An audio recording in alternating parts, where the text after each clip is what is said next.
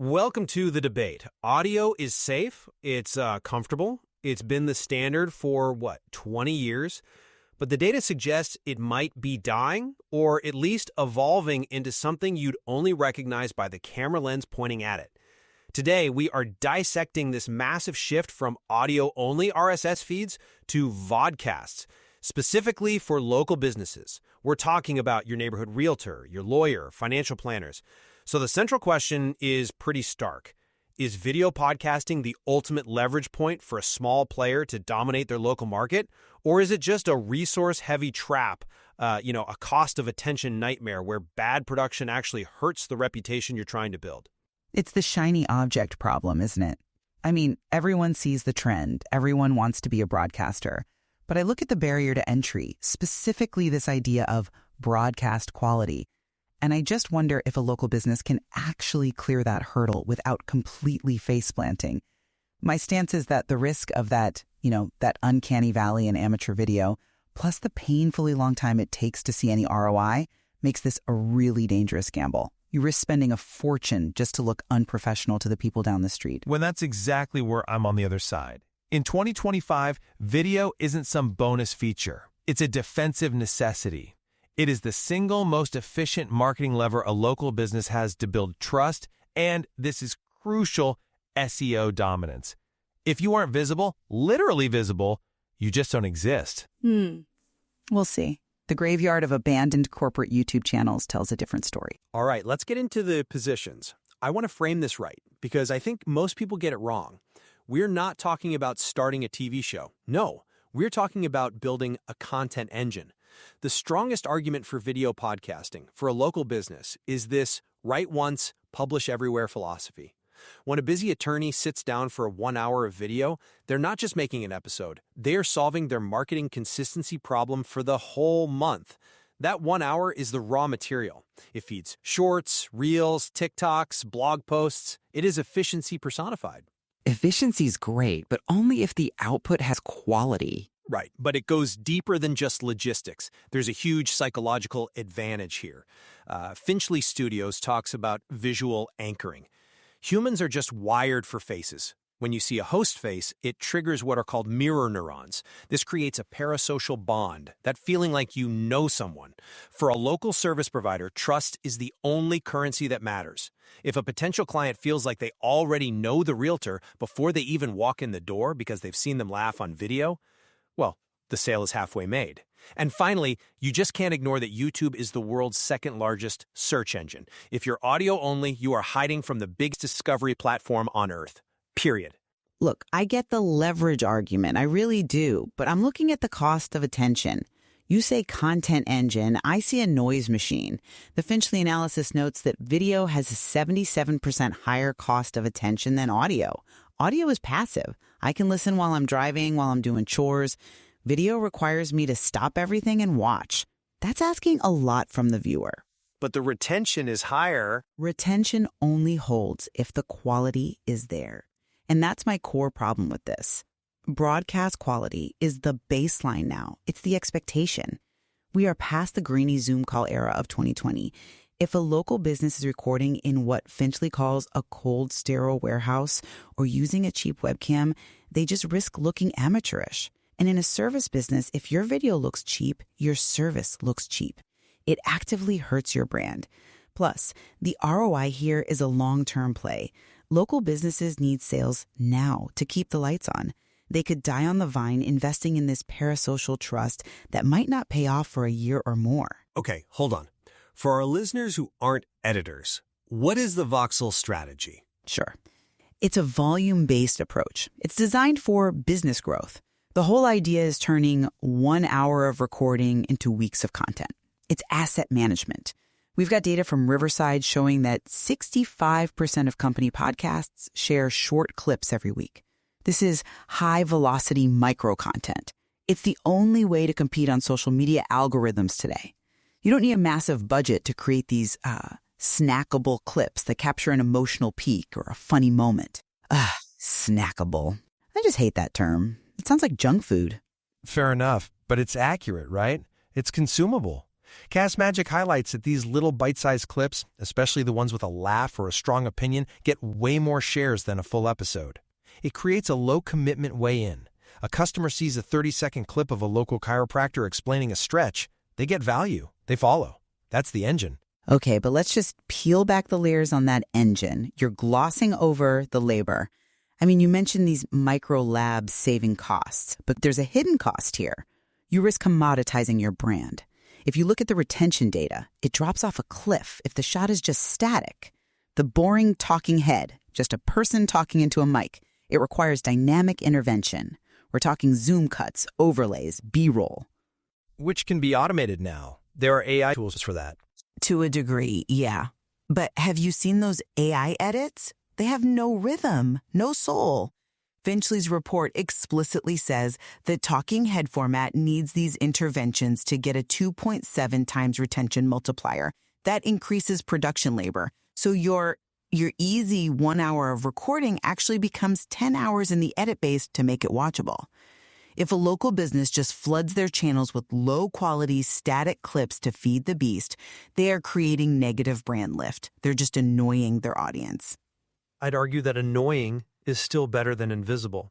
But let's pivot to speed versus obsolescence, because this is where a local business actually has a huge edge over the big production houses. Speed is dangerous if you're running in the wrong direction. Not here. Not in this context. Local experts, realtors, financial planners, they live and die by market shifts. The advantage of speed is massive. Voxel uses the example of newsjacking. Newsjacking. Taking a headline and riding its coattails. Exactly. Let's say the Fed changes interest rates at 2 p.m. A local mortgage broker can record a reaction, explain exactly what it means for the housing market in their town, and have it up by 4 p.m. In that moment, the value is in the timing, not the fancy lighting.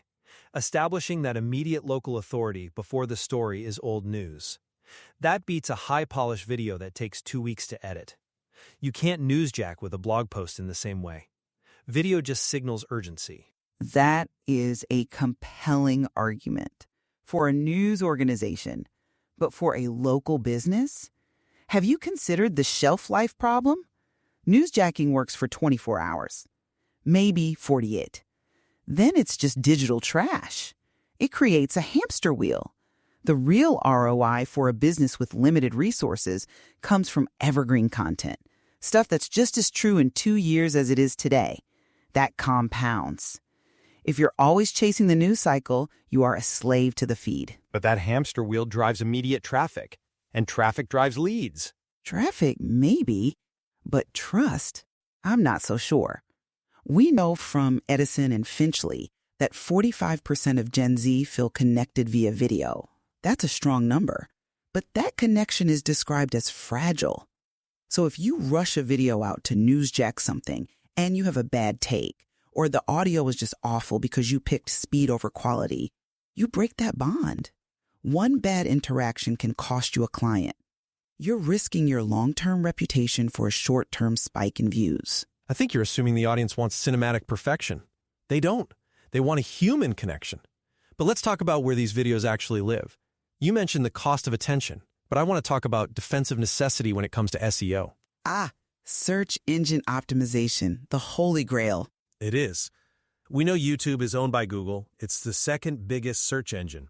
Sweetfish Media points out that video is 53 times more likely to rank on page 1 of Google than a text page. For a local business, that is game over for the competition. If they rank. And that's a pretty big if. They will rank if they use local intent. Lawyer in Sussex, plumber in Austin. If you title your video correctly, you bypass all the global noise. And it goes even further, transcript indexing. You take the video, you transcribe it, and now you have a massive blog post. You've just doubled your SEO surface area. If a local bakery isn't doing this and their competitor is, they are just giving up digital territory. It's not about art, it's about real estate on Google. I just question the discoverability reality for small players. Yes, YouTube has 2.1 billion users, but that means your competition is global, not just local. When you put a video on YouTube, you're not just competing with a lawyer down the street. You're competing with Legal Eagle. You're competing with these massive creators with million-dollar budgets who are explaining the same concepts with better graphics and, frankly, better jokes. But the user is searching for local help. They can't hire legal to represent them in traffic court in Ohio. True. But the algorithm doesn't care about that as much as you think. It's designed to keep people on the platform, which usually means feeding them that high engagement, high budget content. And there's another distraction here. The sources mention visual sponsorships and monetization. I think this is a total trap. Local businesses get distracted trying to get monetized on YouTube or climb the Apple Podcast charts. I agree. Monetization shouldn't be the goal for a local business. The goal is getting clients. Right, but the effort it takes to optimize for all these different algorithms, YouTube, Apple, Spotify, TikTok, it splits the focus of a small team way too thin. You end up being mediocre everywhere instead of being great somewhere. I see the risk of dilution, but I'd argue that platform saturation is the whole point. You have to be where the eyes are. And speaking of eyes, we have to go deeper on the psychology. We touched on mirror neurons, but I want to double down on this idea of serve first, sell later. The educational approach, giving away the farm. In a way, when you serve the audience with an hour of free, valuable education, you lower their resistance to a sales pitch later. But video does something audio can't. It allows for visual validation. If I'm a contractor, I can show you the materials. A financial planner can screen share the data charts. You can physically demonstrate the product. The data shows ads are 4.4 times more effective when they trigger that visual empathy and trust. Visual validation is powerful. I'll grant you that. But this brings us right back to the environment where that validation happens. We have to talk about set design and aesthetics. Finchley Studios is very clear on this. You cannot have that cold, sterile warehouse look. Come on. You don't need a Hollywood set. A bookshelf and a plant work fine. It's not just a plant. It's the vibe. That's the word they use. A vibe implies acoustic solutions, so you don't sound like you're in a tiled bathroom, and lighting that doesn't make you look like a hostage, and yeah, maybe cinematic 4K. If a local business can't afford a professional vibe, that visual anchoring works against them. They look small time. If I'm hiring an attorney and they're recording in a messy office with bad lighting, I don't think authentic. I think disorganized. I think you're conflating polished with trustworthy. To a consumer, they are often the same thing. And here's the kicker. Riverside notes that only 35% of companies monetize directly. That means for most of them, this serve first period creates a long financial valley of death before they see any profit. You are asking a local business to invest thousands in gear, set design, and editing for a payoff that might be months or even years away. But the payoff isn't ad revenue. The payoff is the client who walks in and says, "Hey, I watched your video on estate planning and I want to hire you." And to your point about the messy office, that's easy to solve. But the visual call to action is just superior. On screen, I can put up a QR code, I can flash a URL. The conversion for visual CTAs is simply higher than telling someone a website they have to remember while they're driving. If they're watching, remember, a huge chunk of vodcast consumption is still background listening.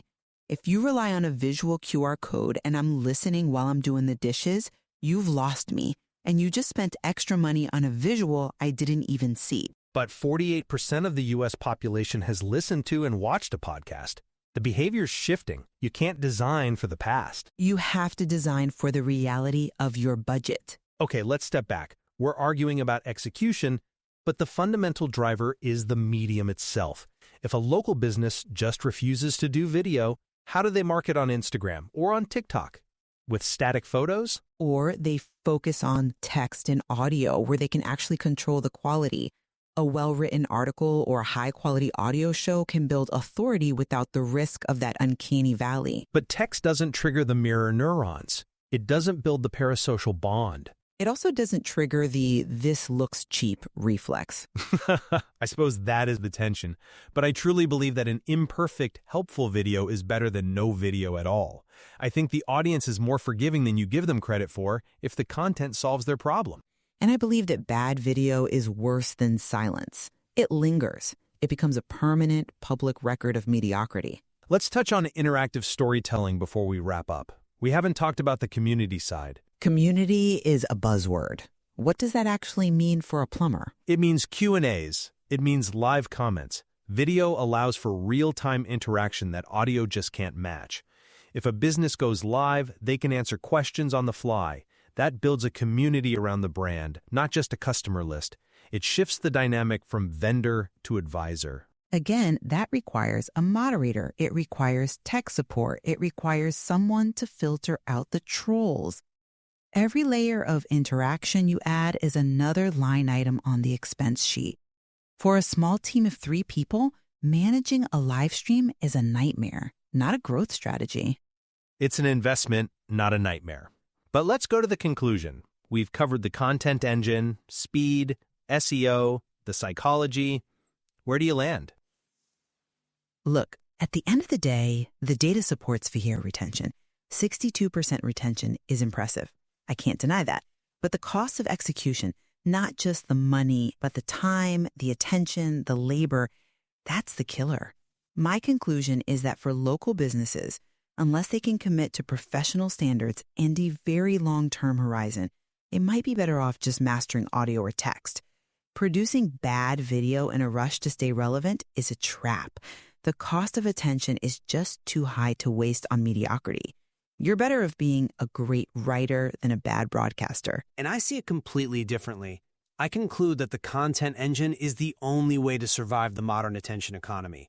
The risk isn't looking a little unpolished. The risk is eventual obsolescence.